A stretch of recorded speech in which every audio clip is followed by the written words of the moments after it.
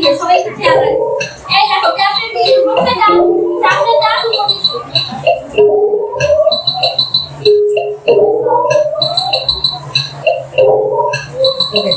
আচ্ছা সবাই ক্যাপ্টেন বিল বলতে জন্য জোরে একটু করে দিতে।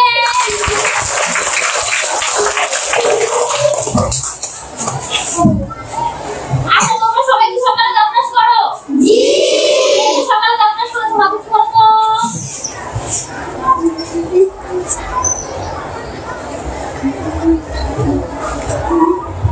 সবাই দাঁত ব্রাশ করেছো? জি। আচ্ছা সবাই হাত নামাও। আমরা অনেকে আছি সকালে দাঁত ব্রাশ করলে কিছু রাতে দাঁত ব্রাশ করি না, শুধুমাত্র সকালে দাঁত ব্রাশ করলে কি জীবাণু হয় না? শুধুমাত্র সকালে দাঁত ব্রাশ করলে মুখে জীবাণু হয় না। কেন না? তোমরা তো রাতে খাওয়া দাওয়া করে দাঁত ব্রাশ না করে ঘুমিয়ে পড়ো, কিন্তু জীবাণুরা কি ঘুমায় না?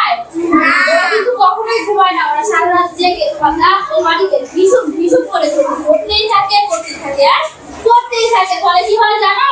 আমাদের দাঁতে ব্যথা হয়, দাঁতের ভিতরে কি ক্ষয় হয়, গর্ত হয়, আর ওইটা কি ক্যাভিটি বলে। তো বন্ধুরা বলো তো এটাকে কি বলে? ক্যাভিটি হলে আমাদের দাঁতে অনেক ব্যথা হয় না?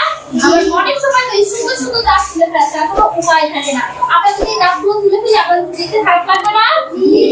আচ্ছা আমরা কি মজার মজার খাবার খেতে পারবো? স্কুলে আসতে পারবো প্রতিদিন? বন্ধুদের সাথে দেখা হবে?